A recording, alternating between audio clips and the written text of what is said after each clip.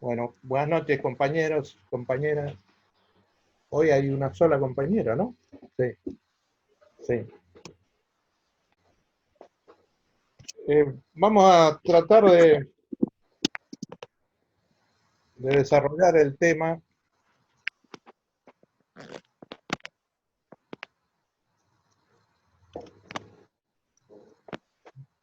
haciendo una introducción teórica primero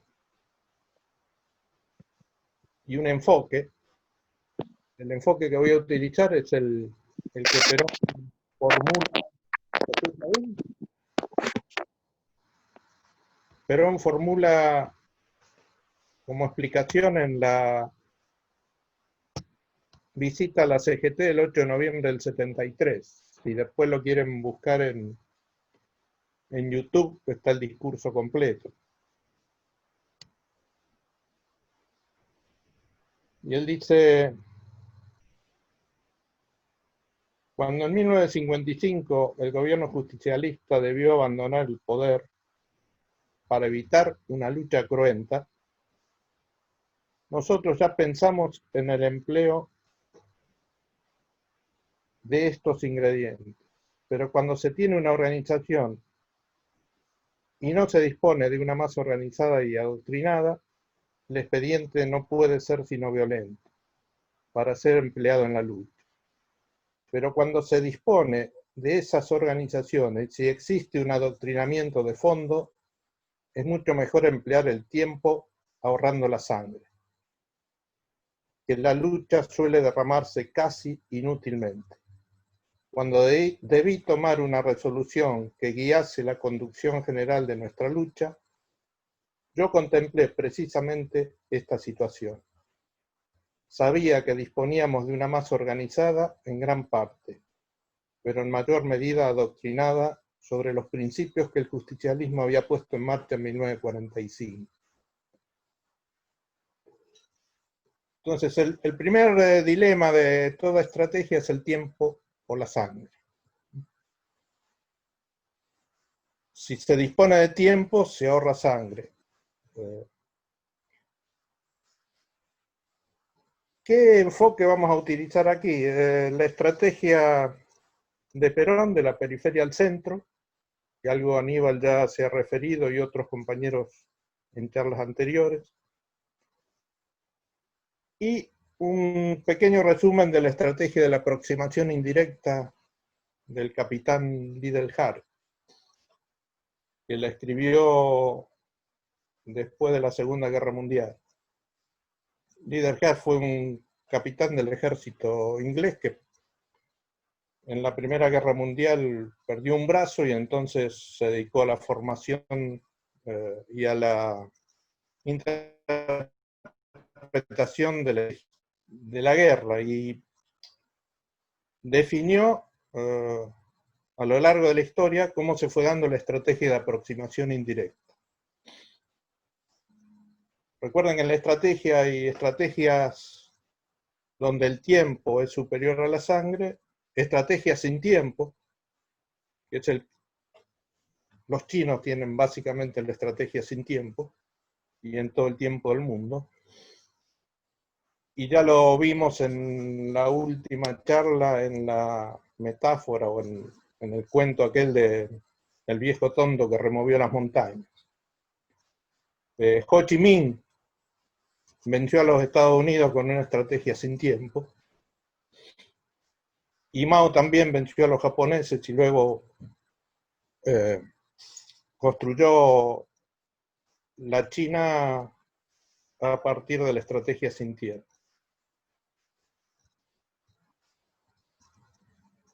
¿Qué es la aproximación indirecta? La aproximación indirecta es la que usó San Martín en la campaña del Ejército de los Andes, que partió de la periferia al centro. Recuerdan que el centro en aquella época era el núcleo central del Imperio Español en América, estaba en Lima. San Martín parte de una periferia de ese imperio. Perón decía que la periferia de nuestro sistema era el Gran Buenos Aires. de modo que controlando el Gran Buenos Aires, el peronismo controlaba la realidad. Y el otro elemento que quería señalar en Perón es que él tenía la concepción de que los ciclos históricos argentinos duraban entre 10 y 14 años. Y eso lo hizo tomar en determinados momentos algunas decisiones importantes. El ciclo del peronismo había comenzado en el 43, había sufrido una derrota en el 55, como acabamos de leer, y había recorrido varias etapas de 1955 en adelante. La idea es entonces señalar a breves rasgos cada una de las etapas que recorrió el peronismo del 55 al 73 e ir marcando algunos elementos que caracterizaron cada una de estas etapas. Y el dispositivo que fue construyendo Perón, es decir, la organización sobre la cual fue construyendo su retorno. La primera etapa, dice Perón, y él lo señala claramente en ese discurso que mencionábamos,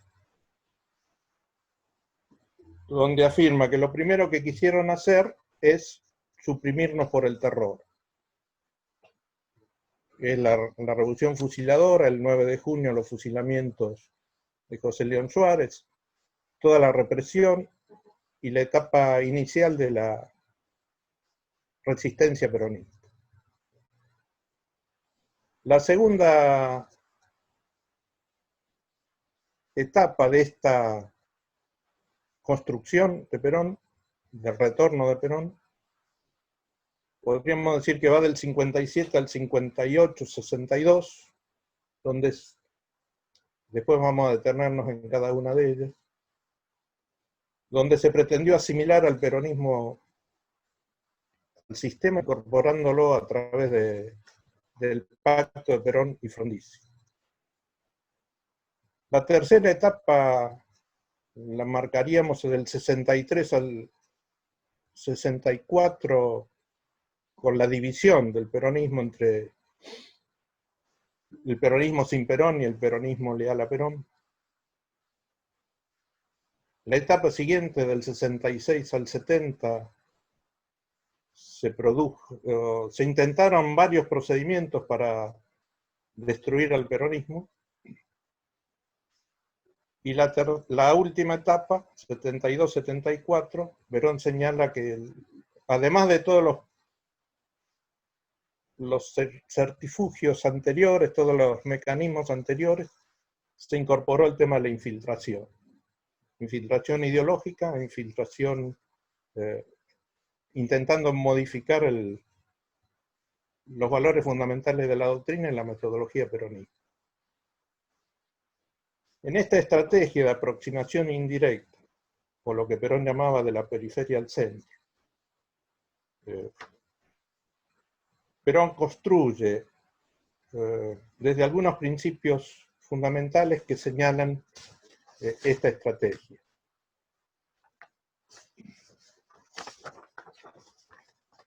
Al optar por el tiempo y no la sangre, él opta por una estrategia de desgaste, de ir minando a cada uno de los momentos del régimen que hemos señalado.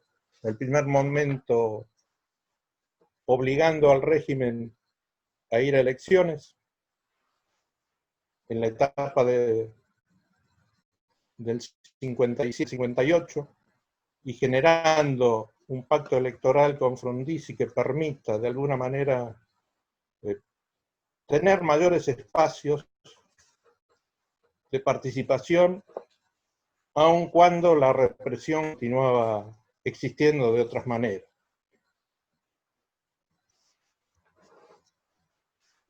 La etapa de asimilación consistió en incorporar al régimen a través de una pseudodemocracia, de una falsa democracia, al peronismo a través de mecanismos de integración política liberal. Pero en ese periodo se logró recuperar la CGT, que era uno de los elementos que Perón tenía fundamentalmente como una necesidad. En ese periodo, en aquel discurso que mencioné de la CGT, del 8 de noviembre del 73, Perón enfoca el análisis de este periodo explicando por qué había optado por el tiempo y no la sangre. Él quería ahorrar el derramamiento de sangre, que en ese caso hubiera resultado inútil. Por eso fue que resolvimos continuar una lucha a fuerza de voluntad y del mantenimiento de nuestros principios, pensando que si teníamos razón habríamos de volver y que si no la teníamos era mejor que no volviéramos. Es decir, compañeros, que nosotros podemos pensar que si a la larga hemos triunfado, ha sido porque teníamos razón. Y nos han dado esa razón. Gobernamos con el único derecho que es inmarcesible, el derecho del pueblo a darse su propio gobierno y sus propias instituciones. Y dice Perón, analicemos muy rápidamente cómo se ha desarrollado esta lucha, que es el enfoque que queremos darle a esta charla. Y obviamente vamos a tener que abreviarla porque se podría hablar mucho más de una hora sobre todo el tema de la resistencia y toda la experiencia que muchos de los compañeros han participado a través de sus propios padres y de sí mismos. Y dice Perón, a nuestro movimiento se lo ha pretendido destruir por distintos caminos. Primero, se lo intentó por el terror, con los consabidos fusilamientos y masacres, de los cuales todos, y especialmente los viejos, tenemos memoria. Posteriormente, frente a la inutilidad de ese procedimiento, se intentó asimilarnos a otras fuerzas políticas, a fin de absorbernos. Es lo que decíamos hace un rato del pacto Perón-Frondizi. Tampoco les resultó ese camino. Después se intentó dividirnos, introduciendo dentro del movimiento la cizaña y el grado de cizaña suficiente como para colocarnos unos frente a otros dentro del mismo. Tampoco este procedimiento les dio resultado. Toqué algo que no veo a nadie. Ahora sí, perdón.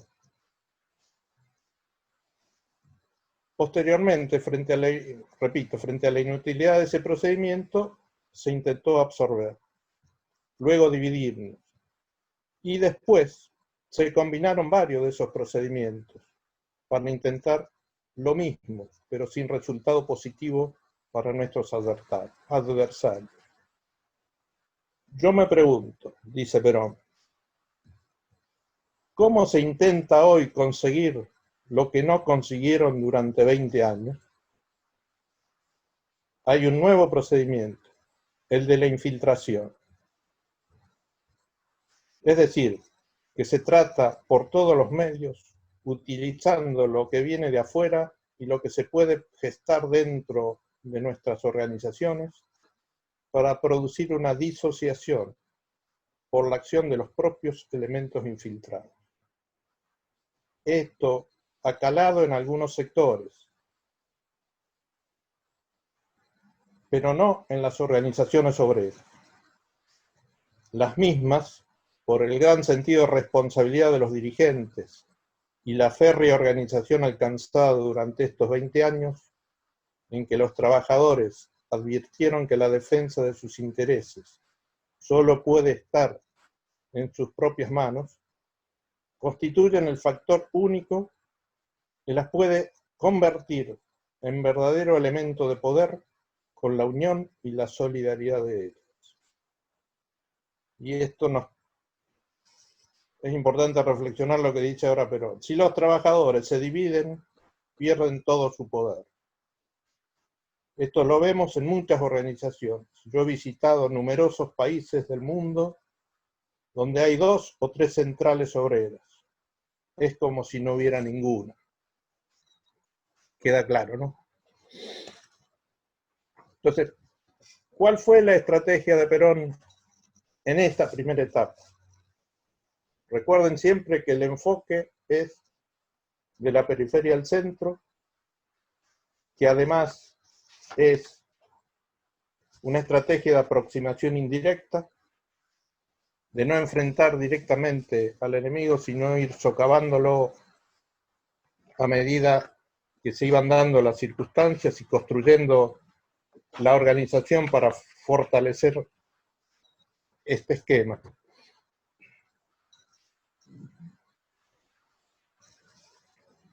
Perón empieza a organizar el movimiento con un centro que es la columna vertebral, que es la CGT, por eso él decía que debía existir solamente una CGT, y 2 alas, una para golpear y otra para negociar. Y siempre había señalado esto, que en la guerra había que utilizar estos 2 mecanismos, el combate, pero también la negociación. Golpear y también negociar. Y él al final, estando en Madrid, había dicho, ponía el ejemplo de la guerra de Vietnam.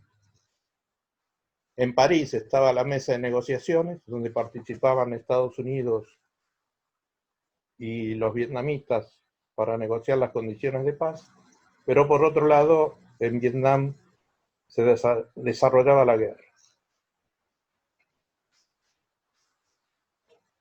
Cuando Aramburu y Rojas comienzan entonces la represión, el asesinato, la proscripción, el robo del cadáver de Evita y el intento de matar a Perón, Perón decide entonces mantener sus organizaciones y cuidar a los compañeros.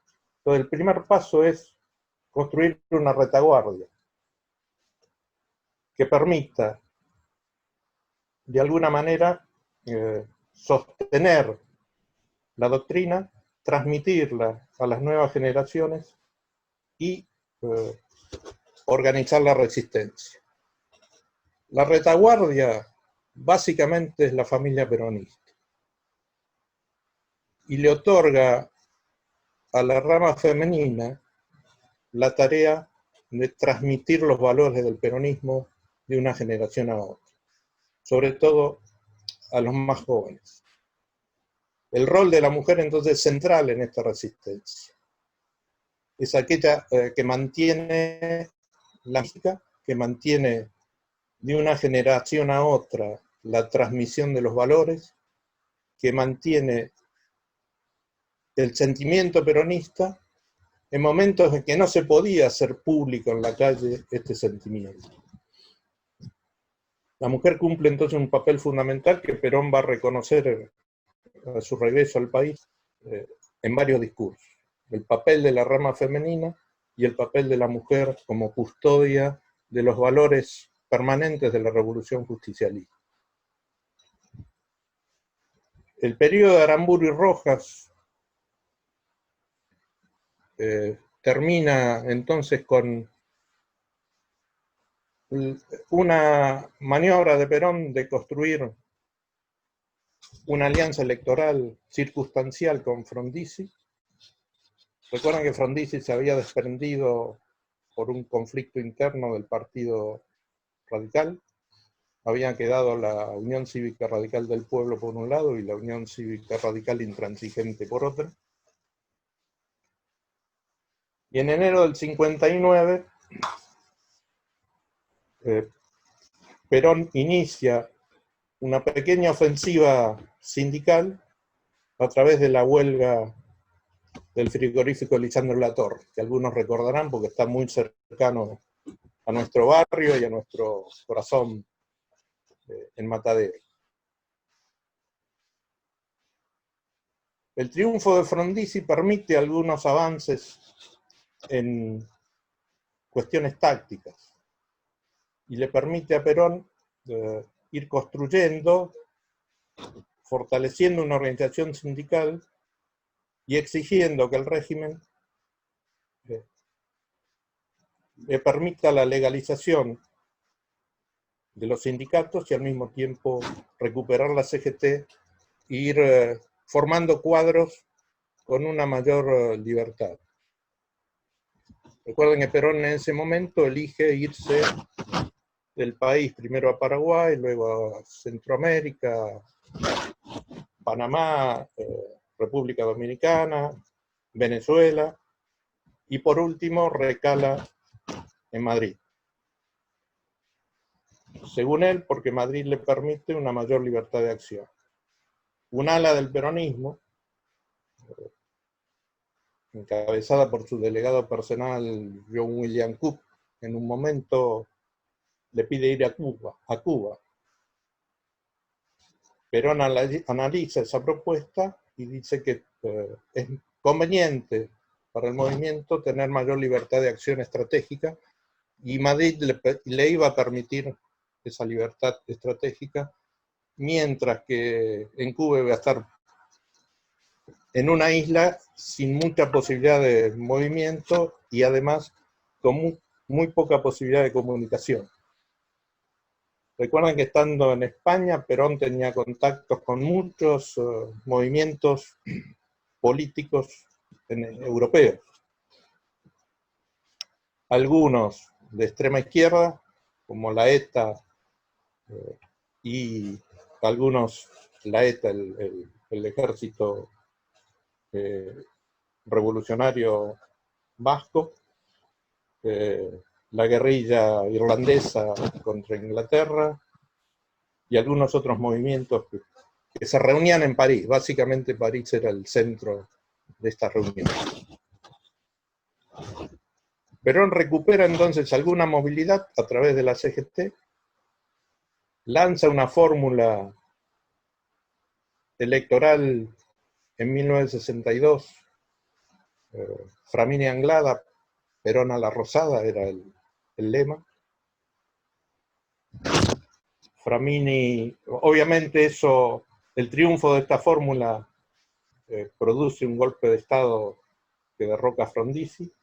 Frondizi ya venía muy golpeado porque no había cumplido muchas de las demandas y de las promesas formuladas en el pacto del 57 con Perón, y termina reprimiendo igual que la Libertadora, con el plan Conintes del año 62. Pese a todo, Frondizi es derrocado, reemplazado casi tragicómicamente por José María Guido, en una falsa legalidad. No sé si todos saben la anécdota de cómo asume Guido la presidencia. Guido era el presidente de la Cámara de Diputados, si mal no recuerdo. Cuando se produce el golpe, él va a la Corte Suprema y jura como presidente. Cuando los milicos se dan cuenta, ya había jurado. Y para mantener la pseudo legalidad, Guido asume la presidencia. Obviamente eso dura lo que dura un suspiro del gobierno de ese momento. Pero fue otra manera de desgastar al sistema, de modo que se permitían varios espacios de libertad y de organización. El gobierno de Guido tiene que llamar a elecciones, el peronismo sigue proscripto, la CGT había iniciado planes de lucha, y resultado de esas elecciones parcialmente legales permiten que Ilia, una parte de la Unión Cívica Radical, asuma el poder. Ilias no quiere negociar con Perón y al final termina pidiéndole en el año 65-66 ayuda pero ya era demasiado tarde, dice Perón, para poder rescatar al gobierno pseudo-democrático. Me detengo un poquito en este periodo porque en 1964, Perón decía que, recuerden lo que dije al principio, en el enfoque de Perón cada 10 o 12 años se produce un cambio en la situación estratégica de la Argentina. Los ciclos históricos argentinos, decía Perón, que duran alrededor de 10 a 14 años, y que hay que analizarlos desde esa perspectiva. Y él decide que en 1964 va a ser un año importante. Se han cumplido 10 años de la primera crisis del peronismo, que fue el conflicto del 54 con la Iglesia, sobre el cual se montó gran parte de la oposición para intentar derrocar a Perón, cosa que hacen un año después. En 1964 Perón decide volver y prepara las condiciones para su retorno. Decide volver, y recuerden que el gobierno norteamericano le impide pasar de Río de Janeiro. Diciembre del 64, Perón intenta volver. El Departamento de Estado norteamericano, con acuerdo con los militares brasileros que habían dado el primer golpe de Estado de lo que luego va a ser llamado la doctrina de la seguridad nacional, la primera experiencia que luego van a replicar en toda América Latina, con el ok del gobierno brasilero, le impiden el regreso a Perón, detienen el avión en Río de Janeiro y lo envían de vuelta a España. Pero el 64 es un año importante porque genera una gran movilización en todo el país por el retorno de Perón. A algunos no le va a gustar lo que voy a contar, pero recuerden que la marcha peronista no se cantaba, se cantaban en las casas, pero en público era complicado cantar la marcha peronista o conocer. Las hinchadas de fútbol del país en el año 64, en el entretiempo y antes de comenzar los partidos, recuerdo las que yo iba a ver, a Chicago y a Boca. En el año 64 yo iba casi todos los domingos o los sábados a ver a Chicago o a ver a Boca, y ahí cantábamos la marcha. Las hinchadas eran las que mantenían la esperanza de que Perón iba a regresar.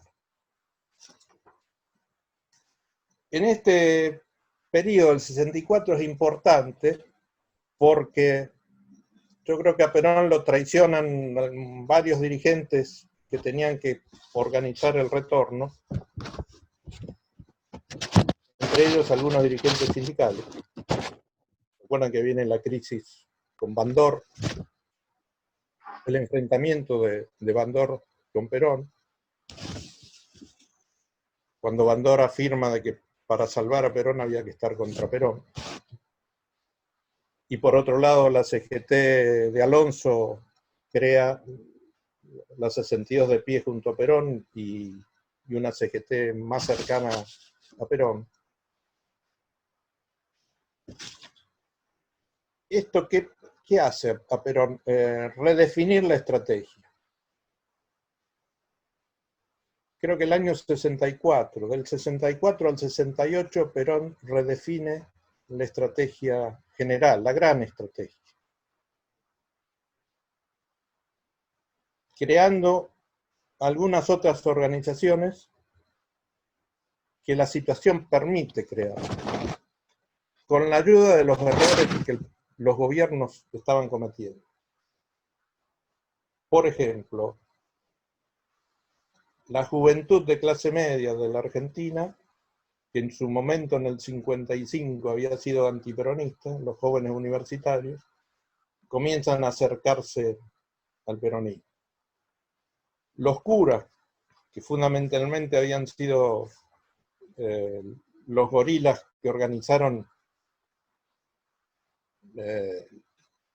el golpe de Estado del 55 y movilizaron mucha gente en contra del peronismo, y esto lo cuenta Carlos Mujica en su historia de vida. Yo fui alumno de Carlos Mujica 1 año y medio, y después seguí viéndolo con los sacerdotes del Tercer Mundo. Era mi profesor de teología en la universidad y teníamos mucho vínculo a través de los curas del Tercer Mundo que estaban en mi parroquia, en Villalugán.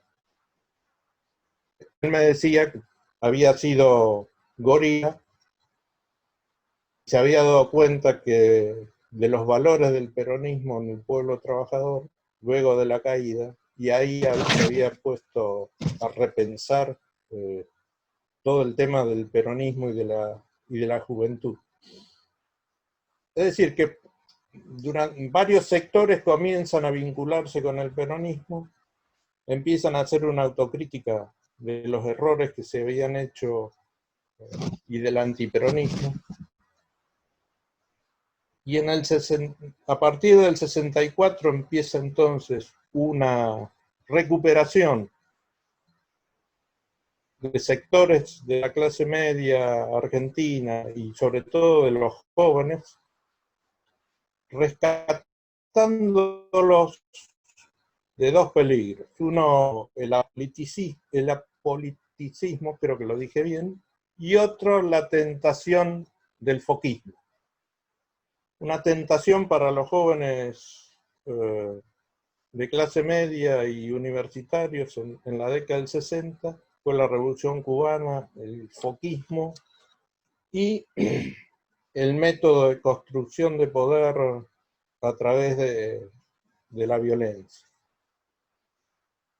Perón recupera entonces la juventud desde esta perspectiva, haciendo una diferencia con la metodología de la Revolución Cubana, haciendo una diferencia con las propuestas de integración de la juventud que tenían las distintas organizaciones argentinas de aquella época, e integrarlos a la juventud a través de la organización propia del movimiento peronista. Y poniendo de alguna manera a la juventud, dándole la misión de luchar por el retorno de Perón. El retorno de Eva Perón, del cadáver de Eva Perón, y el retorno de Perón. Les da una causa nueva por la cual vivir. Y por otro lado, fomenta algunos tipos de organización nueva a fin de ir construyendo un recambio generacional, o lo que luego fue llamado el trasvasamiento generacional.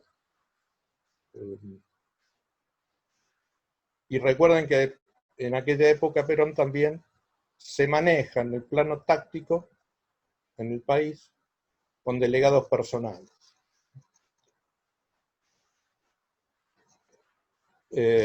Alberti cumplió una misión importante en un periodo,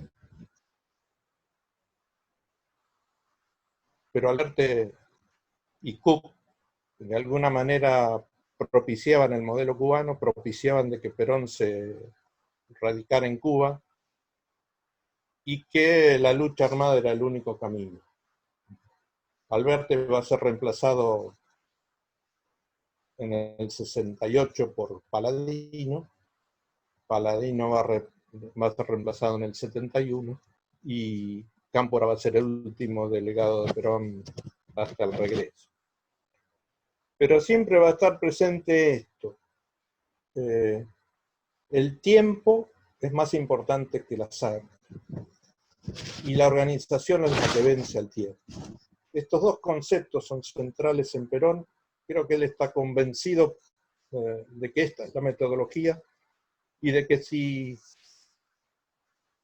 y que la forma de vencer es con inteligencia y organización. Y para destruir todas las alternativas del régimen, era necesario un recambio generacional, tanto en el plano sindical como en el plano político. Y entonces comienza a apostar a la juventud.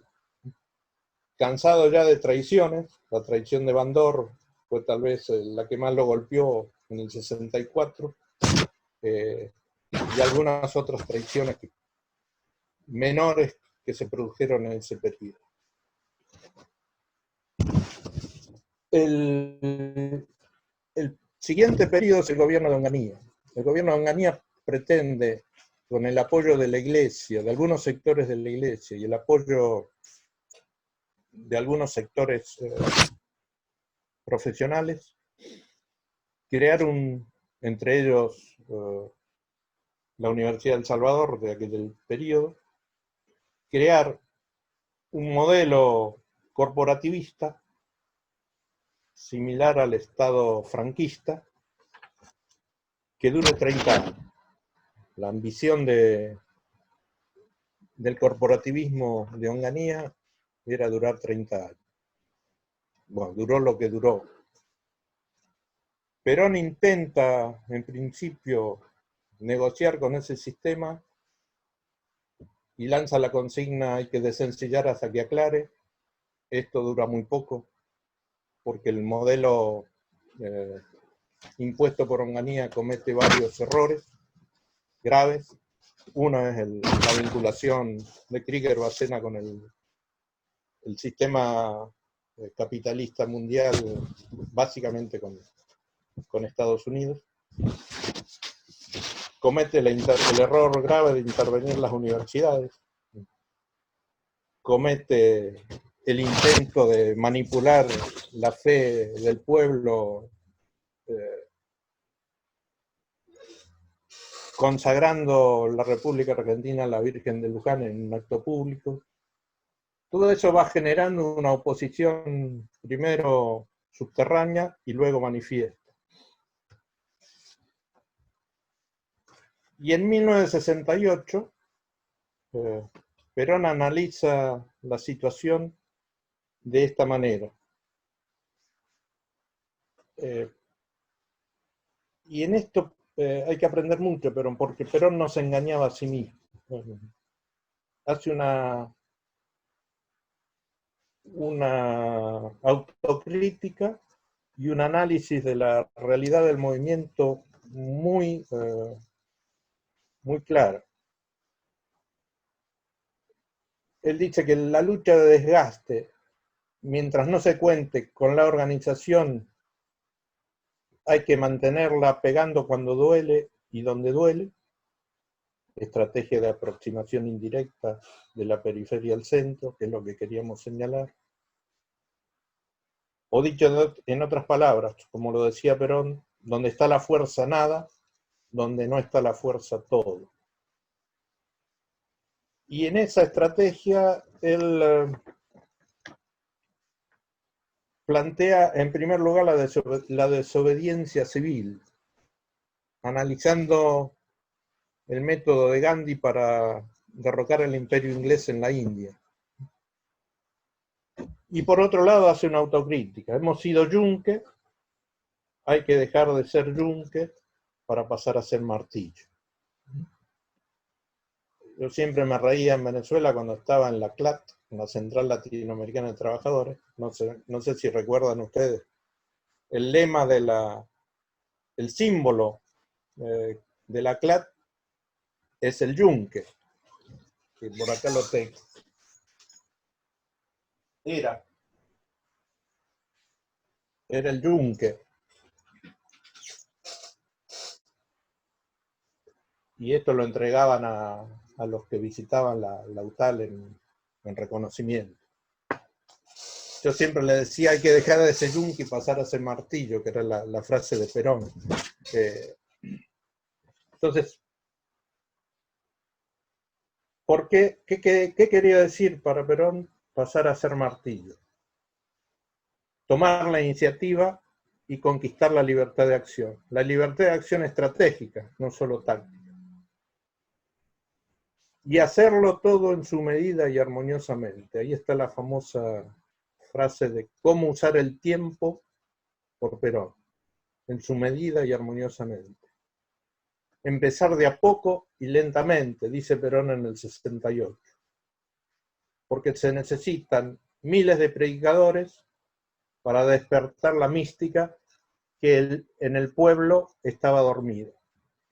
Y esto es entonces lo que comienza a desarrollar en el 68 con la ayuda de compañeros de Juventud Peronista, muchos de los padres de nuestros padres formaron parte de esa generación de relevo. El papá concretamente el papá de Aníbal, el papá de Patricio y muchos otros que habría que mencionar aquí. Estamos entonces en el 68. Hay varios procedimientos que se intenta utilizar en contra del peronismo para impedir que Perón regrese. Por un lado, ya dijimos, el retorno de Perón es detenido en Río de Janeiro. Luego se intenta captar las organizaciones sindicales, incorporándolos al sistema del peronismo sin Perón o lo que intentó el bandorismo en algún momento en los inicios. Y el neoperonismo, los partidos provinciales que intentaban tomar distancia de Perón con las banderas del peronismo, pero haciendo su propia negociación.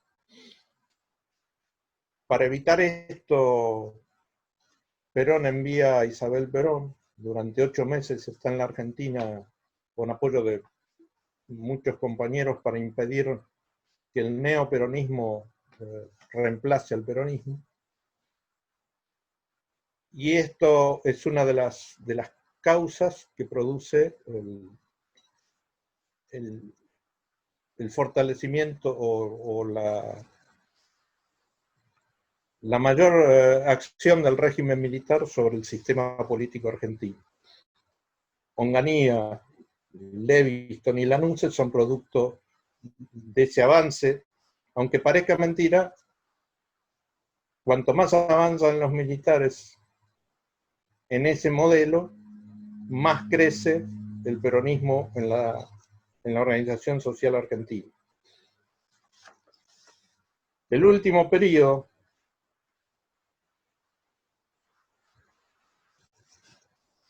el modelo de Onganía dijimos que muere por su propia muerte, producto del Cordobazo y de la rebelión popular y la incorporación de los sectores juveniles al peronismo. Y entonces se empieza a producir un cambio de modelo que se empieza a negociar con Perón en la década, a los inicios de la década del 70. Perón dice que en el 71 o en el 70-71 hemos ganado la guerra, no vayamos a perder la paz. ¿Qué quería decir esto? Que ya estaba negociando el regreso con sectores económicos, con sectores militares, con sectores políticos, y al mismo tiempo que él negociaba esto y construía una organización que permitiera el retorno del peronismo al poder, por otro lado se producía el asesinato de muchos dirigentes peronistas de aquella época, que no se da por casualidad. Entre el 70 y el 71, el asesinato de Bandor, cuando Bandor había comenzado a volver a la fuente de Perón, el asesinato de Alonso, el mismo asesinato de Aramburu tiene que ver con esto. cuando Aramburu se estaba acercando a Perón para hacer un acuerdo electoral que permitiera recuperar de alguna manera la legalidad argentina. Por otro lado, en el 68 también nace la CGT de los argentinos, como habíamos dicho, con Ongaro, la figura de Ongaro. Todo esto va llevando a conformar un sistema nuevo en el peronismo que va recuperando protagonismo a través de distintas acciones. La actividad sindical, la actividad política juvenil, la actividad de la resistencia peronista armada y la actividad de la retaguardia peronista, conformando y recuperando en la vida cotidiana los valores del peronismo, la mística, aquello que Perón decía que corríamos el peligro de perder. Finalmente, el conjunto de todas estas situaciones le permiten a Perón, estoy buscando la palabra adecuada, preparar su regreso con la menor violencia posible. Y esto es lo que se produce el 17 de noviembre del 72, que muchos recordarán porque lo hemos vivido en carne propia. Resumiendo,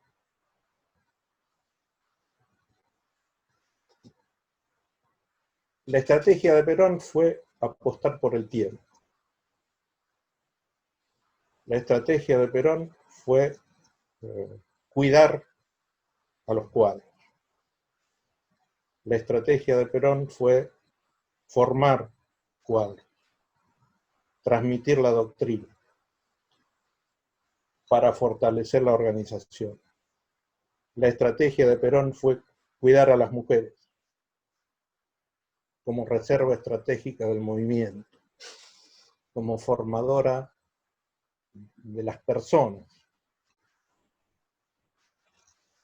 La estrategia de Perón fue siempre fortalecer la unidad sindical, la CGT y la formación de cuadros sindicales. Esa estrategia que él apostó cuando era presidente en el primero y segundo mandato y que mantuvo a lo largo del tiempo en todo su exilio, es lo que de alguna manera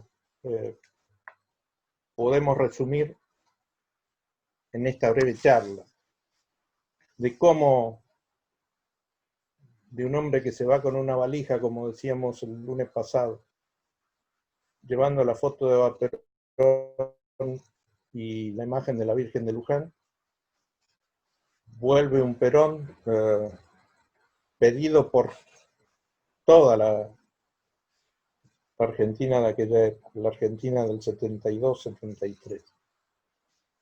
Y vuelve como prenda de paz, cosa que nunca, la verdad, no lo hemos comprendido perfectamente.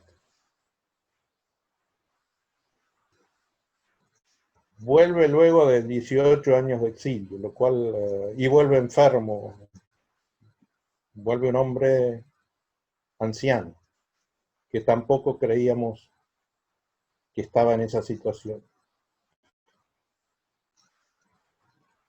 Yo dejaría aquí, hay mucho más para decir y podríamos hablar mucho más para escuchar a los compañeros que quieren hacer aportes. Y cerraría con algo que Perón señalaba y que dije yo el lunes pasado, lo que él utilizaba al Martín Fierro como herramienta de organización política. Martín Fierro también es otro ejemplo de la estrategia de aproximación indirecta. Es otro ejemplo de ir de la periferia al centro. Recuerden que para reorganizarse, Fierro se va a la frontera, vive con el indio, se va de la supuesta civilización del orden y progreso, del orden sarmientino, se va a la frontera, vive con el indio, se reorganiza, se hace amigo del que lo perseguía, que era el sargento Cruz.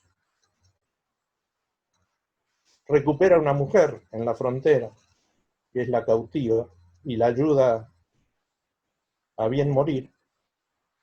Y luego regresa para darle los consejos a los hijos y enviarlos a cumplir una misión a cada uno de ellos.